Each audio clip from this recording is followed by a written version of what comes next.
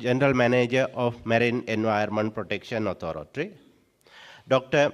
Indrajit D. Nisanka, University of Moratuwa, followed by Mr. Chandaka J. Sundara, President Councillor. Right. So, dignitaries, please come to your seats on the head table.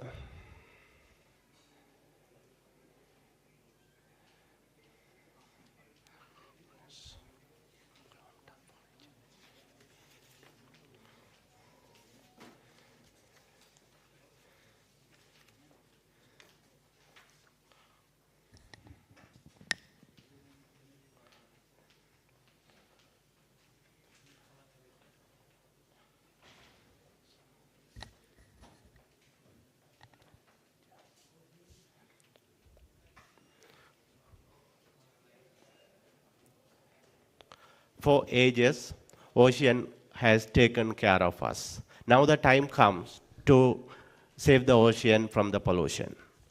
So in this perspective, for the first session is National Oil Spill Contingency Plan Response Organization and their responsibilities.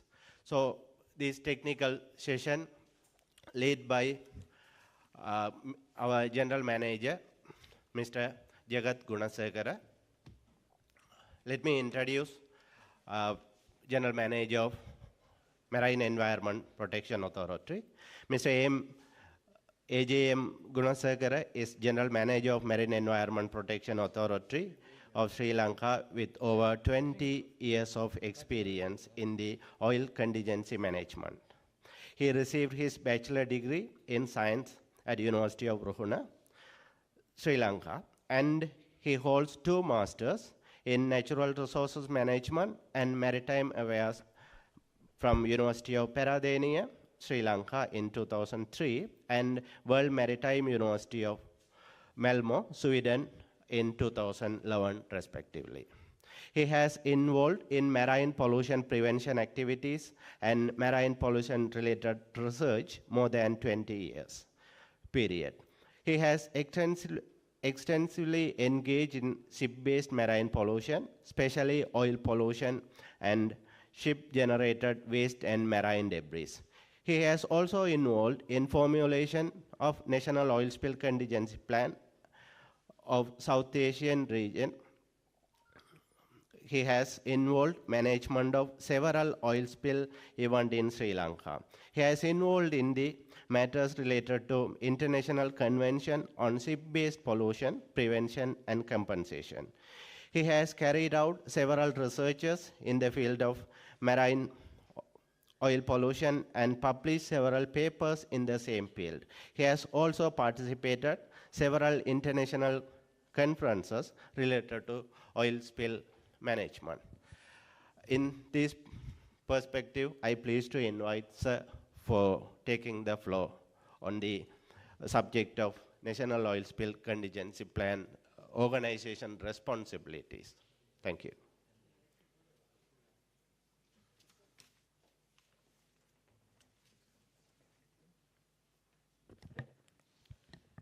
Thank you, Sripati. Very good morning to you all.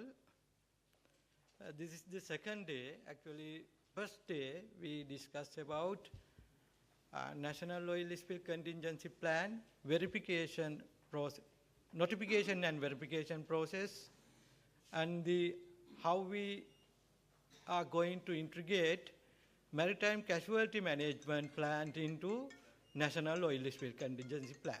Today we are going to discuss about very important areas, response organization, and there are different stakeholder agencies, their responsibilities, because we identified that during the last major incident in our waters, there are several gaps. We have given different kind of responsibilities to different agencies, but in practically, some agencies, they don't have capacity to carry out some of the responsibilities.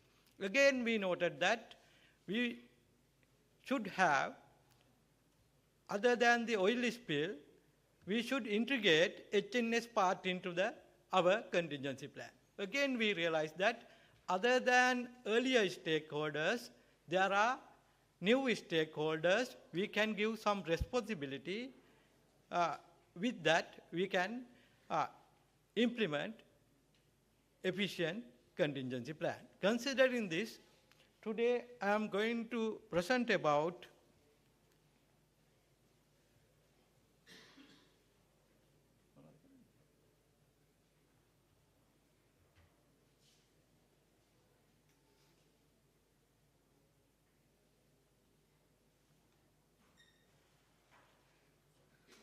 National Oil Spill Contingency Plan. Actually, when we are going to implement National Oil Spill Contingency Plan? When we should implement contingency plan? If any oil spill occur, do we have to implement National Oil Spill Contingency Plan? No. We have adopted tier concept. Based on that tier concept, when there is tier 2 or tier 3 oil spill, we have to implement National Oil Spill Contingency Plan. When there is tier 1 oil spill, relevant agency, if it is inside the Colombo port, Sri Lanka Port Authority, they should implement their tier 1 plan. If it is a tier 2 or tier 3, we have to implement National Oil Spill Contingency Plan with the support of all stakeholder agencies. During this session, we are going to cover about response organization and the division of responsibilities. What is this tier concept? Basically, this is internationally accepted mechanism, tier concept. Based on the size and place of the oil spill, we can divide oil spill into T3s. If oil spill is smaller one within local area inside the port authority, then it is tier 1 oil spill. But here in our contingency plan, it is local, small. Small means we have given clear-cut definition. If it is less than 50 ton, then the tier 1. This is the tier 1 basically. Local resources, that means using locally available resources within that agency, they can manage that oil spill. That is the tier 1. If the oil spill is small, but they don't have capacity, again it's become, because they can't manage it. It is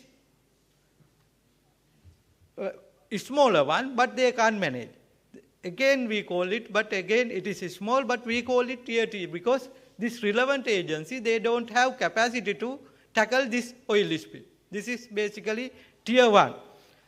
Here, when we discuss about oil, we put size, 50 ton. But when we talk about HNS, we cannot give that definition, but we can use same, but without indicating amount. Some chemical spill, very small amount, there may be emission, then there may be lot of impact, then several agencies have to have a system to manage that one. Then we can't call it tier 1, very small, but still we can't tell it tier 1 because there are a lot of impact. We have to have some agencies get together and implement such a plan. This is tier 1. Basically, when we introduce HNS, we cannot use this 50-ton mechanism, but same mechanism we can use. Again, tier 3, tier 2 is small, but local medium spill. It is inside the port authority, but it is more than the 50 ton. We call it tier 2. Again, it is vicinity, not inside the port or within port area, it is vicinity. It is a small spill. Even we call it vicinity, small spill, we call it tier 2 spill. Because if it is outside the port, even this spill is small, again, there is no responder. We have to implement national oil spill contingency. Then it is tier 1. Medium spill, vicinity, tier 2. Remote, small spill, it is tier 3. 2. Local plus some external resources, area plan or industry mutual help plan, pooled resources. When there is tier 2 spill, we need more agencies' help. We have to pool several agencies' equipment together. In Sri Lanka, basically tier 2, when it is tier 2, we have to still implement national oil spill contingency plan because still we don't have regional law. We have some kind of district mechanism, but it is still we don't have regional law, district level equipment stockpile to implement such a district plan, but still we are trying to have a district plan. This is basically tier 2. Tier 3. Tier 3, large spill, local, large spill, place local, large spill tier 3, then the vicinity large spill tier 3, remote, median spill, even if it is remote, median spill, still it's become a tier 3. During the tier 3 spill, we call it more than 100 ton, we need regional and international assistance. Based on our local capacity, when there is spill more than 100 tons, we need regional or international assistance to respond such a spill. That is the basic tier concept. Same mechanism when we incorporate HNS part into the National Oil Spill Contingency Plan, same tier concept without mentioning amount, we can use same concept. This is the basic flow chart.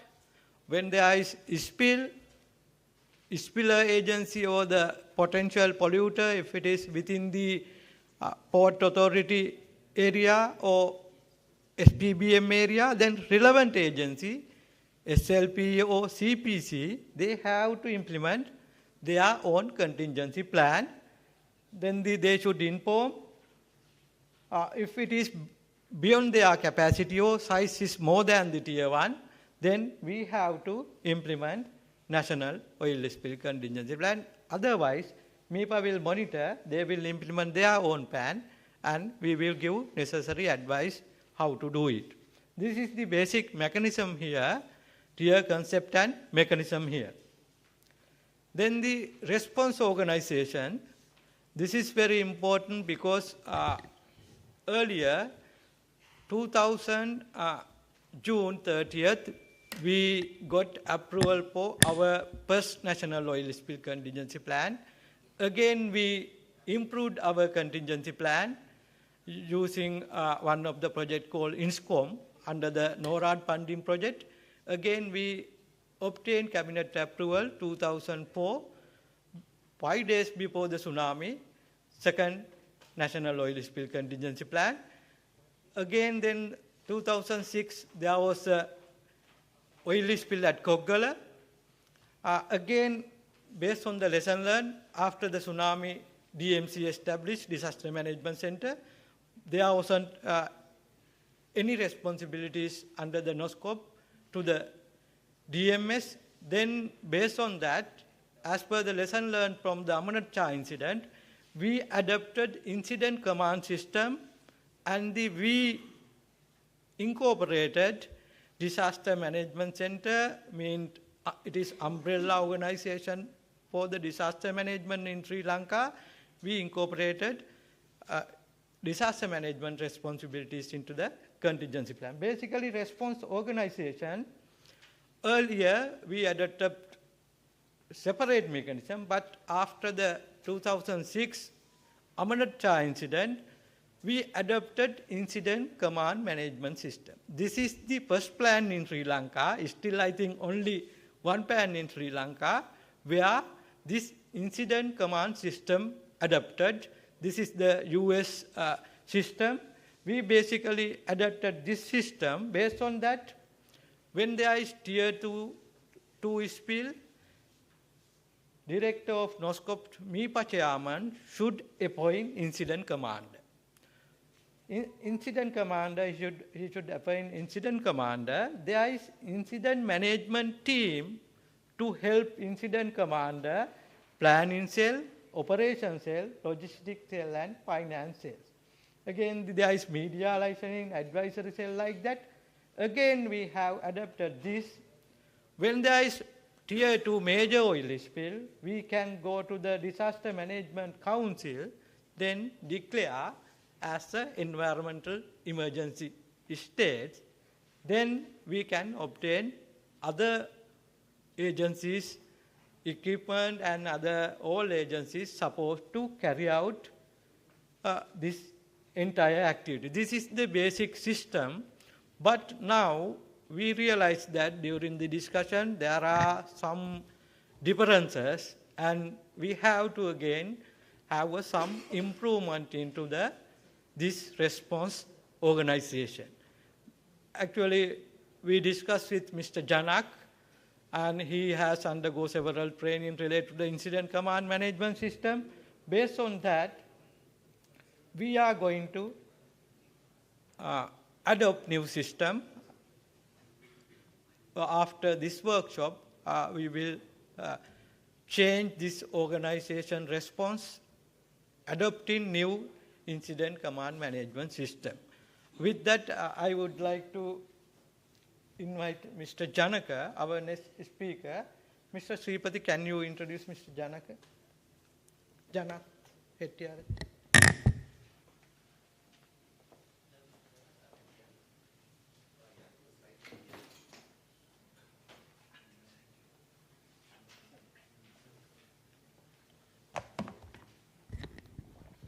Yes, Mr. Janath Hettiarachi, is a Lieutenant Colonel of retired, is a professional who is committed to practice effective emergency management to reduce the damages caused by both natural and man-made disasters. Currently, he is working as a disaster risk management officer at UN World Food Programme in Sri Lanka, country office.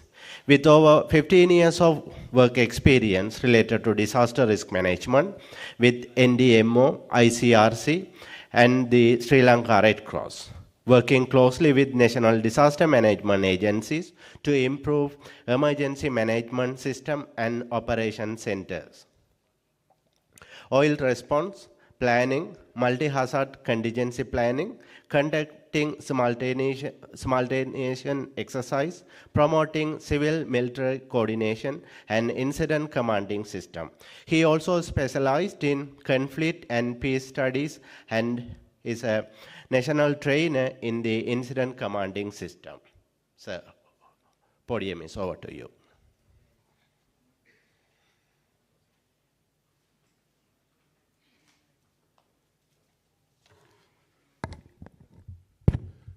Good morning, ladies and gentlemen.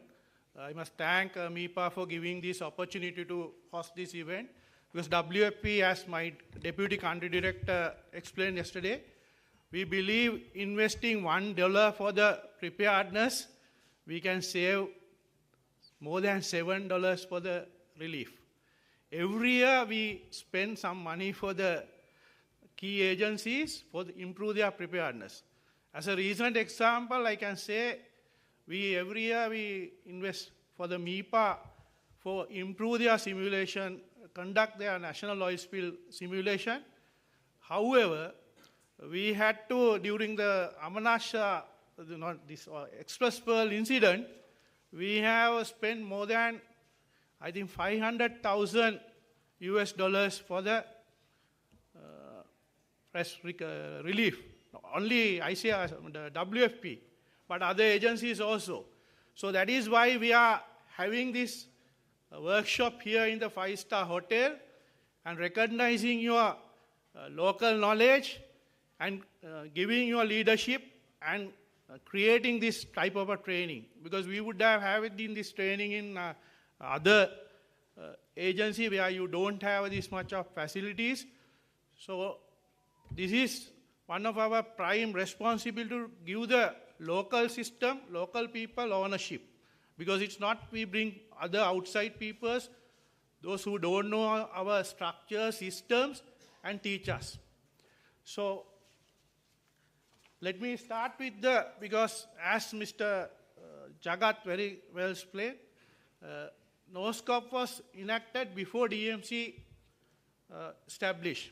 So better we have to have some sort of understanding about our national response system.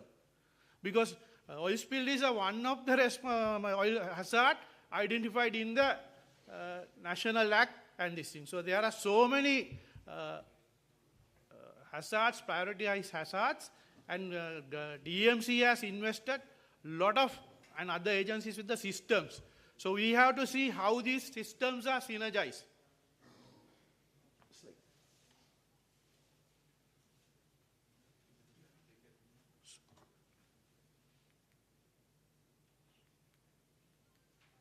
So, Bible of the emergency response is NEOP, National Emergency Operation Plan. So the DMC every 4-3 years after the major incident, they are reviewing. So this plan describing the management, arrangement, and relationship, operational procedures, mechanism for ensuring effective response. Anybody can do the response, but it should be effective response to disaster emergency situation when they occur, and specifying roles and responsibilities of different stakeholders in different disaster scenarios. So this is now well written. Who are the agencies are going to do the early warning? Who are the technical agencies? So my question is, how many of you all have seen this document? I don't want to ask you to raise your hand, because if you want to do the national responses for the oil spill, you have to know the global overall picture. Because you can't have this oil spill in isolation. If you have not read this book, I think this. Another thing is, so MEPA has the whole responsibility to implement the National Oil Spill Contingency Plan. There's no debate on that. They are the technical agency. So we have to thank our Director General of the DMC also present here. Can you all, anybody can, if I don't want to ask, have you seen this diagram or have you ever heard about this system? National Council. Who are the composition? Who are chairing this? But everybody take. But you have an in-depth understanding.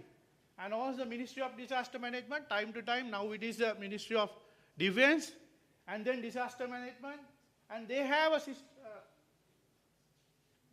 district disaster management units. So they have a district disaster management preparedness plans. They have a structures, right? Then they have a divisionals. And also they have a up to community level preparedness. How they link with the OCDS, right? And how they are dealing with the other things. Because if the high magnitude incident like tsunami happens, they are well written, they are well practiced. They conduct every year simulation exercise for tsunami, and before every monsoon, they do the monsoon preparedness contingency plan. All the contingency plans, I must relate what tier and the scenario. Because any contingency plan is based on the scenario. So scenario is in the technical word for the oil spill is tier. So we said 3 scenarios. Likely scenario, moderate scenario, and worst scenario. Like tier 1 is likely, and tier 2 is moderate, So why these scenarios are defined? Based on the scenarios, operational period is differ, resource requirement is differ, and the investment is differ. So that is why they have classified for the scenarios. So how many of you all have joined the district disaster management committee meetings? Because have you all represented and attended the meeting at district level? Because operation, national plans are there in the national level. Implementation are district level. So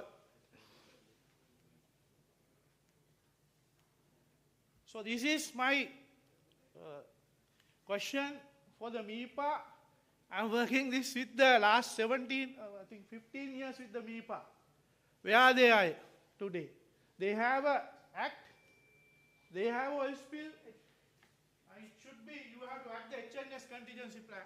HNS and still SOP. Where is your SOP?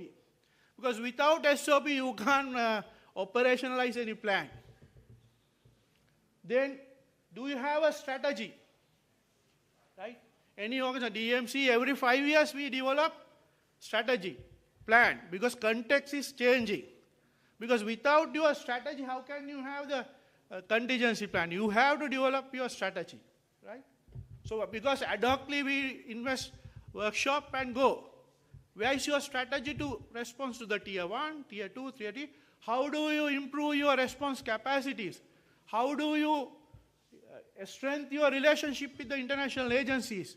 Those objectives must be there, and you have to have this. Otherwise, you can't have this sustainable contingency plan. Right? This has to be developed very soon, because after the act, you have to have a national plan. Then plan is very specifically identified scenario contingency plan. So you are lack of these things. If you want to have this, and also you have to have prevention and preparedness and response plan. Why you are only talking about contingency? Before the contingency, we say, spend your money to prevention. That is one of the motto of the Director General. It tells, invest your money to clean the drainage system, direct the things, then you can save the money. Where is your prevention and preparedness response plans? So these are the eye-opening information, because every year we talk about contingency. Without your strategy, without your preparedness plan, I don't think you will. Every day you talk about this, and every day WFP has to pay the money for this type of workshop. So today is the new era. Let's work together and new mindsets. And also, you have 14 district officers. So I have visited most of them. I have worked with them in the goal, and last year also we supported 3 district officers to the laptop, and we have supported them to update the district oil spill contingency plan. How many officers have attended those things? Because if you don't know what is the district plan, how your integration, validation, there's no use. Right? Plan is only printed, but if you don't have agreement, validation with the other agencies, what is the use of that? Is a lot of agencies are criticizing. We don't have our role is not captured. That means no validation. So these things to be addressed if you go forward this arrangement. These are the basic my option. Then you have in your website, you have given formats. Every agency has to have their oil contingency plan, ships has.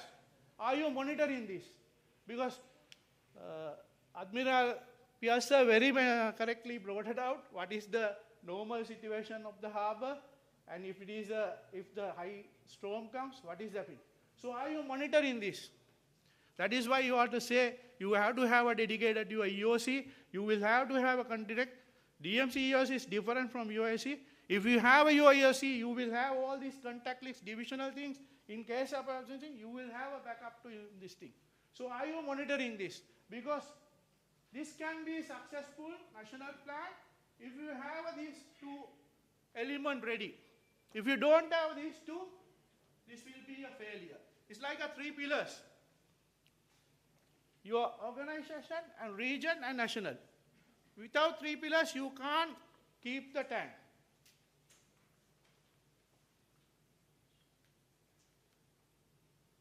So incident command system, basically they have started in the US Forest Services, and it has been very effective for the small scale fire and other incidents. And to achieve the effective and efficient response, National Emergency Operation Plan also recognize EOC, Incident Command System, as a tool to respond. It's a tool for the command and control. It's not the overall this thing. It's only for the command and control and develop the action plan and the monitoring tool. It's a tool. It's not the total solution. And I think, as mentioned, Director General, now we had a first phase of incident command training system with the support of US in 2007 to 2011. But second phase also going to start in next week, I think next month. So you will be, all the key stakeholders will be invited for develop the strategy. And after that, they will train other training of trainers to roll out this program.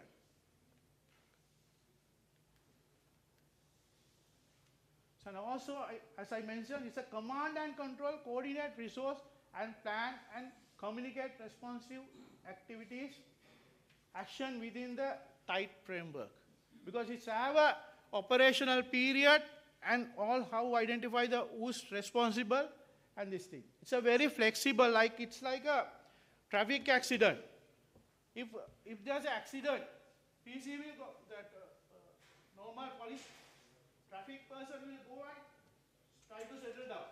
But it's beyond his control, otherwise he will come and take over. Likewise, this ICS system can be expanded depending on the needs. Though you don't have to have a whole system for the small incident. Even one person can implement the ICS.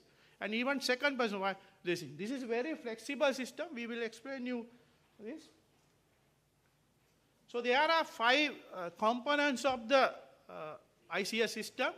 One is the command, right? This command can be a single commander or the unified commander, multiple commanders from the agency. And also there are so many commanders can work as an area command. And secondly, under this command, you will have a legal officer who will give the legal advice to the commander. And also you will have a safety officer, because safety of the responders is very important. Because if you send the people to response without considering the safety, that is also going to be another disaster. And also you will have a public information officer. He is the authorized person to speak to the public and issue the statements or anything pertaining to that incident.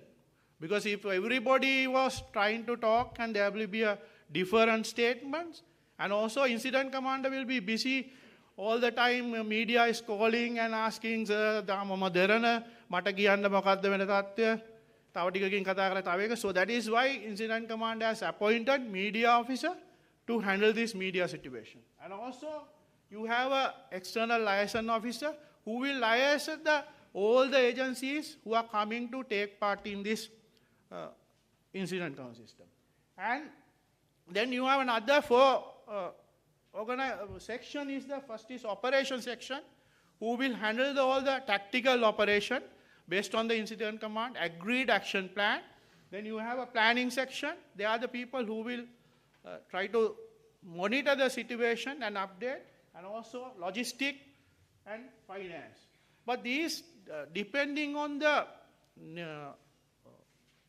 hazard, like for the flood response organization structure, landslide organization structure, and oil spill structure is not the same. We have a different strike team and different things. And unified command is the biggest question you have, who is going to command, what is this thing. As Mr. Jagat mentioned, very initial stage, we are also new. We just put ICS and one single incident command.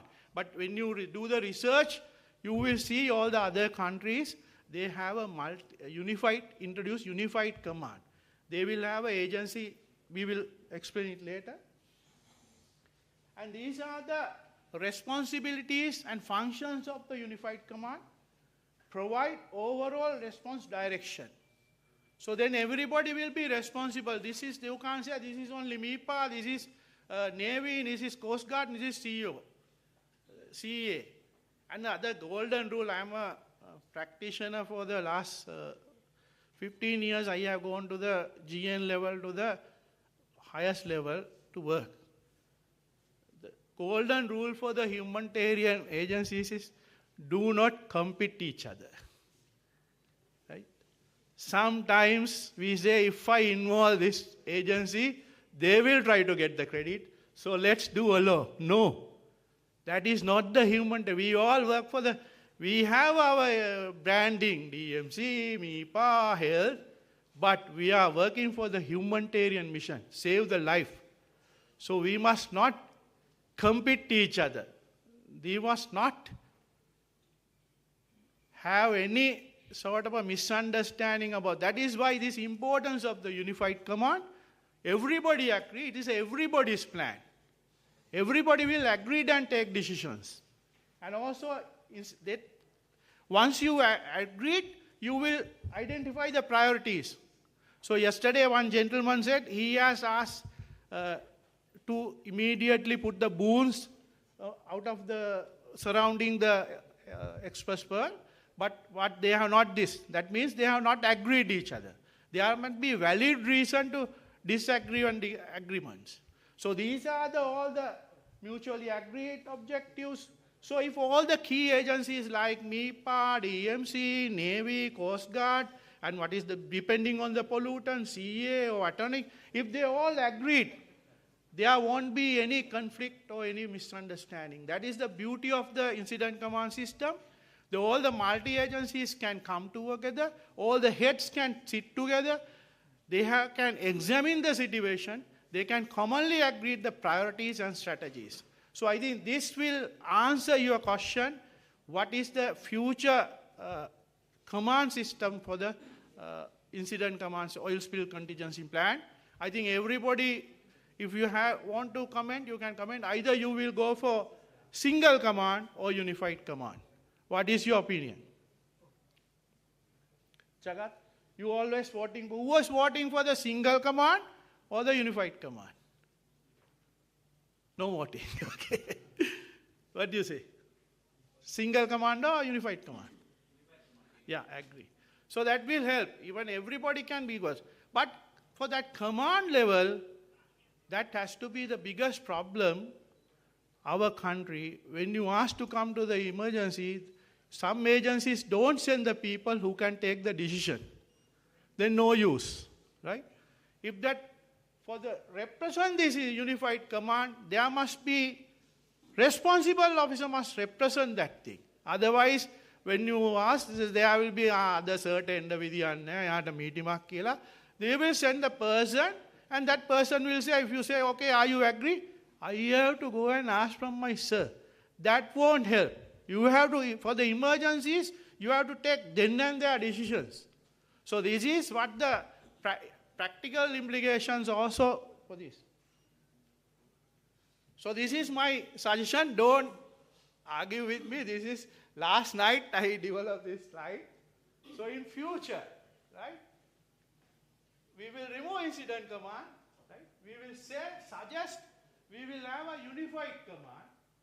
MIPA has to be there, that is there in the act, right? Don't try to take their role. We'll have a MIPA. So you have to have a Navy, that is, you have a, what is a MRS, so something, right? They have all the ship, but Coast Guard also to be there. And also Merchant Shipping Secretariat, they are the people who will, directly responsible. I don't know, this is my suggestion. And responsible technical agency, I said, depending on the pollutant. If it is HNS or if it is atomic or something, you will have. So, are you with me or totally disagree? You want only have MIPA or you want to only have a DMC? Sir, you go for multi. You have the remote DMC. A DMC. 1,000 apologies. I said I did it right. Sorry, 1,000 apologies. I did last night. So that is, so I have to put DMC. That is where I am coming from. You see, that's what happened. You will forget the message. So you will have this DMC also you are doing, because I didn't purposely put, if I put DMC, use it, I am marketing DMC. No, not marketing DMC. Are you agree you want to have a DMC also? Huh?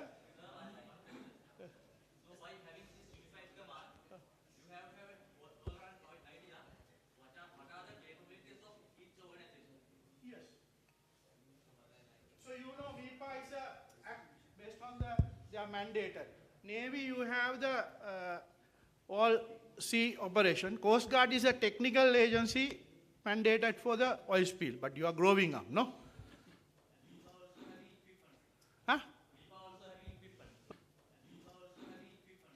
Huh? Oh. No, this is, we are talking about the how to take decision, priorities and strategies. That operational area, that's different. We are only talking about the decision makers. To decision making, sir, he has to have an all-round idea about the incident. Yes. So it's not. So what is your suggestion? Which one to be omit? MIPA? This is good. Huh? No, there should be a one command. Single command. Yes, sir. Central command should be there, sir. Yeah. Under that, these all organizations have to command themselves. That's what they say, unified command. If it is a single command, means single agency. That is the conflict now. So if you go research, even Coast Guard or anything, you have a unified command, you have a on-site operational commanders, local operation commanders, and responsible agencies. So I have put, normally it's a 3 square, but I put more. More than the people, you have a quorum, and also DMC must be there because I told their capacity, structure, and continuation. That's you have mobilized resources. They have a divisional level, district level structures. So safety officers, who will be coming from the safety officers? Please limit my time, I have to rush.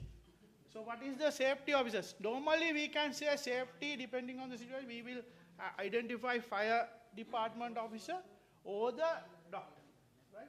Liaison, we must be very capable of liaising all the agencies who is coming, what is happening, communicate and this thing. And also information management, also very public relations thing. Planning section, definitely you will have to have a technical agency, and we will go through, you have to have a meteorological, because now think about the multi-hazard situations. Last time when you have extra spur situation, you had an adverse weather situation, you had a COVID, you know how the media criticize when you want to evacuate the person that you are asking him to wear the mask. So, sir, yes, please. Any single cubicle? Do the police has any single cubicle in this plan? Police Can you explain will what is our duty? Police will definitely come under the operation. There will be a protection of this civil crowd control, protection, lot of responsibilities coming under the operation. Wildfire, emergency response, air launch, recover. Police will come under this because without police you can't do. Good example I can say. After the goal incident, there's some කොට වගේක් ගහගෙන ආවා. ඒ කොට මිනිස්සු හොරකම් කරන් යන්න ගියා. So මුහුදෙන් ගහගෙන යන කොට අයිති රජයට, ඒක අයිති දිස්ත්‍රික්කයට නේ. So we can see even some people was trying to get into the lagoon. ඒ අර තෙල් එක කනේ තෙල් ගිහිල්ලා මිනිස්සු බොහොම අමාරුයි. So we have a police, you have a, without police we can't do it anything. We have a due recognition. So these are this slide is not clear if you research. Tier 1, Tier 2, Tier 3, different this thing. So you don't have, this is the basic structure. Sometimes Tier 1, you don't need this finance, logistic. It is only the one person operation and planning, right? That depend on the resources and this thing. But when you go to Tier 2, it will be more, right? When you go to the Tier 3, right? It's a it's a month, 3 months operation. So let's talk about how you mobilize, right? This is not incident command system because these US people are telling we don't know anything here. We have a very good system in Sri Lanka, right? We have a election system. When there's an election, we will get the people from outside because we can't have a dedicated this IMT ready for MIPA for oil spill once a year, no? So we will have to have a flexibility to, like that election, you get ROs and all these things. We must have a people agreed among trained people who will come as a planning section, you will have operation, you will have a logistic, you will have a finance and this thing. Those must be trained and agreed. Because when you want to send the US for the training, everybody say, I am available. After coming from the training, no show, right? That poor Jagat and the team has to run, right? That is the main problem. Is if you don't have, like, election, you can't refuse, no? You have to go. I have never gone for election duties. I am a soldier. But others, civil officers, you can, like, if you get the incident command system training, if you are a member of the IMT, you can't refuse. Because people, we are investing, you are training, and they don't come.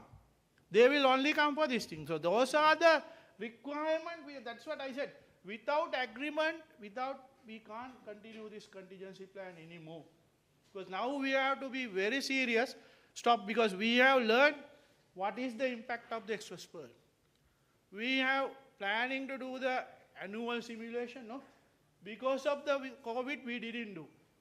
If we would have done an annual simulation, even the COVID, we would have reduced the damage. Because like tsunami, COVID or anything, DMC will have a tsunami drill and all this monsoon drill. Because of COVID, there won't be any adverse weather. We can't say no rain, no. Because of COVID and economic crisis, we can't say no oil spill, no. So this is the other thing is, any operation thing is maintaining preparedness is a challenge. So that is why I say we have to work with the dedicated system in the DMC. They have a EOC, they have a district system, they have coordinators. Once we link with this also, and Navy or Army, Navy, Air Force also we have deployed, because that is one of the strength we have. Because of the war, we have equipment, we have aircraft, right? Even though it's expensive, we have. Such a small country, we have a huge force, right? If you compare with Australia, similar force is available with the Sri Lanka, right? Everywhere, even within one call, our first responders will be the military. But gradually, we have to train community as a first responders. And another important point is, in this operation, what I have seen in my experience is civil-military coordination. Right? It's very important. Civilians must know what is the military rank system, how they work. Military also must know what is the civil law agency's technical capabilities, what is their role and role. We must not compete, or we must not this thing. So this type of a contingency plan, during that training, civil-military coordination also included. Because we said, military must be used as a last resort. But it is very easy to tell because of your personal communication. Call commander and employ. This is not. It is very wasting. First, military is a last resort. Use your local people or empower this thing. So any contingency planning, civil-military coordination to be strengthened and maintained.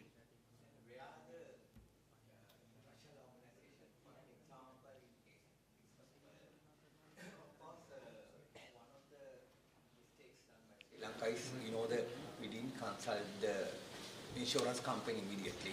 So, except MIPA, all the agencies in Sri Lanka, all the authorities recommended to the president to direct the vessel. So, without having consulting the, without consulting the insurance company, I think first of all, immediately we had to take the steps. To whom should be contacted and whom should not be contacted. Because we had some international interference and various agencies involved in the Express Pearl case. Therefore, at the very beginning, I think MIPA should contact those agencies, especially insurance company. Because we had this problem, luckily it was broke into two pieces when you were dragging. If not, even now, the claim is a doubt. Because the grave mistakes done by the old agencies in Sri Lanka, except MIPA. That in my opinion, therefore we had at the beginning, very beginning, especially MIPA should contact those agencies means especially insurance company, not all, because many international agencies want to interfere their thing in this, in a big disaster. Therefore, at the very beginning, we had to think of that. At least we had to learn the lessons from Lexpress Pearl at least. That's a very good point. That is why there's a need for the revision of based on the Express Pearl, there's a severe need to revise this thing. That's what from the beginning I fired MIPA, whether you like it or you can't go ahead without these things. No more. That's my duty, right? That's what I know these questions will come. You can't have a contingency plan without SOPs. That's basic, right? So still, they need support. Jagat is doing everything. He has a lot of staff in behind. Give them responsibility, sir. All even me doing next year, I'm going to retire. So let this young generation from MIPA to talk this. Janatat Yarachi will not come next year. Right? It's your duty, your organization. You must talk about your contingency plan. Why should I? Right?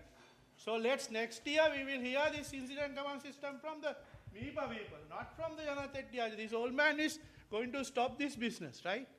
So it's your people are behind. Even you are scared to come to the first. So take your lesson, I think, under the leadership of this chairman, all young generation must talk every day. Next time, I don't want to hear Jagat talking about this. MIPA, let's you all to talk. Right? He's a top man, direct general manager. He must delegate. Another beauty of this disaster management, delegation of authority. You have to delegate. You have to have. So, with here, I don't know whether, I don't want, because all these are in the internet and this thing.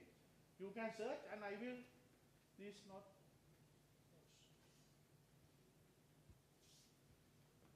Because I have taken a lot of time, because this is very important. Without this responsibility, I will share this presentation. But there's I can give the guideline also, what we are doing. This is one day session, but I have done it. These are the guidelines we have to say. If you have incident, because you have to adapt this and localize, right? And also this manual give you what is the initial incident commander's responsibility, how you act. All these things are there. This is an international obligation to follow this. So you all have to, MIPA people have to study this, and we have to give the certification, right? And also other thing is, in Sri Lanka, everybody is trying to become incident manager. So every Tom and Dick can't do the incident management. It has to be certified. You have to have experience. Because of your profile, you can't be an incident manager. Because I have to tell, right? You have to at least have a certification on these certain things, right? If you don't have an incident management certification, you will not take to any incident response. That is the US theory, right? Everybody is coming without knowing everything, without reading SOP, without reading plan. They are coming to take decisions. So that is other thing. So that is what it happened to the Express Pearl, right? So top people who know the subject, they don't talk, right? People who are qualified, they hide because other people are this. I know what is the role of this. It is the requirement to do the certification, right?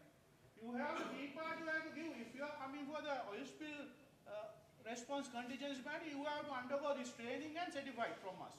Otherwise, don't come. No, otherwise we are dancing with we are wasting our money. You see how much money we spend for the recovery and response. This is all money for our development.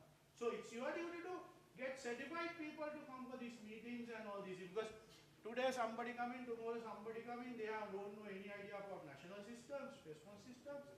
So thank you so much. I'm very talking a lot of negative things, but take it positive. Thank you so much for your time.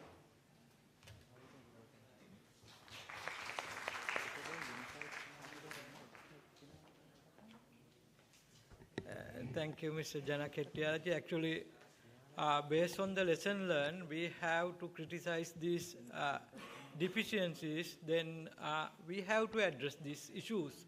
Otherwise, when there is again oil spill, people will point the finger MIPA. MIPA is the lead agency, but this is our plan because there are several agencies, incident management team. This incident management team, there are this group, basically incident management team members here appointed to one of these cells, they have to carry out then there should be a very good idea about incident command system. Basically, we last 2 years we couldn't do any training. We carry out every year 4-day training for each IMT member selected from relevant institute. But we couldn't do it earlier. But there are different kind of changes. One meeting, one person, then again change. Due to this, it is very difficult to remain trained people with us. That was the main issue.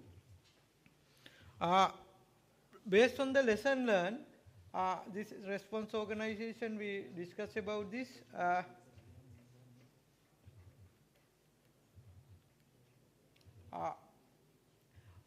Here, we don't have actually all people in incident command system, all people in mid-level technical officers. There wasn't high-level involvement. Due to this, even though incident commander and the team prepared very good plan, sometimes there were some interferences from other sides, maybe secretary of any other ministry. He tells that you have to do it, and different group going to do different kind of thing. Considering this, we have incorporated new cell top of this National Plan Management Committee. High-level people of relevant agencies representing this one, they will do these responsibilities. Then we can have some good system with these changes. Again, pre-designated incident commanders and pre-designated IMT, various positions. Mr. Janak told about various positions of the incident command system. So far, we haven't identified who is the head of the operation cell. Hereafter, we are going to identify several people. We will train these people to as a incident commander. We will provide all type of training to him. He should be available to carry out his duties when there is oil spill. Like that, any position of this incident command system, we are going to identify relevant person, we are going to provide training, and then we can have very good system. We can carry out this incident command system without any issue. Again, the division of responsibilities. Based on the available contingency plan, there are 17 agencies. We have given different responsibilities to different agencies. But we realize that most of the agencies, they cannot carry out some activity, but there are some agencies, they have capability, they have some equipment, they can carry out more activities. We can give them more responsibilities. Based on the lesson learned from these two incidents, we have, using our knowledge, internally we prepared all agencies' responsibility and distribute these responsibilities to you. I think with your file, we have given your responsibility, your institutional responsibility of each agencies. Disaster Management Center, Sri Lanka Air Force, Sri Lanka Navy, Sri Lanka Army, Department of Sri Lanka Coast Guard, Sri Lanka Police, Sri Lanka Port Authority, Ceylon Petroleum Corporation, then the Ceylon Petroleum Storage Terminal, Merchant Shipping Secretariat, Department of Wildlife Conservation, then the Coast Conservation and Coastal Resource Management, Department of Fisheries and Aquatic Resource, Central Environment Authority, National Aquatic Resource Development Research Agency, Department of Meteorology. Other than that, when we integrate this HNS part into the contingency plan, there are other agencies we can incorporate into the national contingency plan. We can give some responsibility, especially Atomic Energy Council and Atomic Energy, there is another agency, earlier Atomic Energy Authority, now they have two agencies. I don't know other than the Atomic Energy Council and Atomic Energy Board also responsible or not, we have to decide it. Then the focal point for Chemical Weapon Convention, ITI laboratory, and they have some equipment, Colombo Fire Brigade, they have hazmat vehicle and equipment. Again, the universities, chemical experts, we can have chemical experts and other type of environmental experts from universities. We have to integrate these experts and other agencies into the contingency plan. Basically here, I am not going to talk about each agency's responsibilities, but after this presentation, we will give each agency 5 minutes, less than 5 minutes, to present their responsibilities, whether it is okay, whether we have to add more responsibility, whether we have to cut down some responsibilities. Other than that, there is another speaker, because we mentioned about, Mr. Janak's presentation mentioned about, we adopted tier concept. Then we have oil spill contingency plan regulation. Based on that regulation, all agencies who handle oil and ships should prepare contingency plan, tier 1 contingency plan. They should submit such a plan to the MIPA for approval. Based on that, they should carry out annual exercise like notification exercise, tabletop exercise, equipment deployment exercise, like that. With that, I would like to invite our next presenter. He is going to discuss about their tier 1 oil spill contingency plan.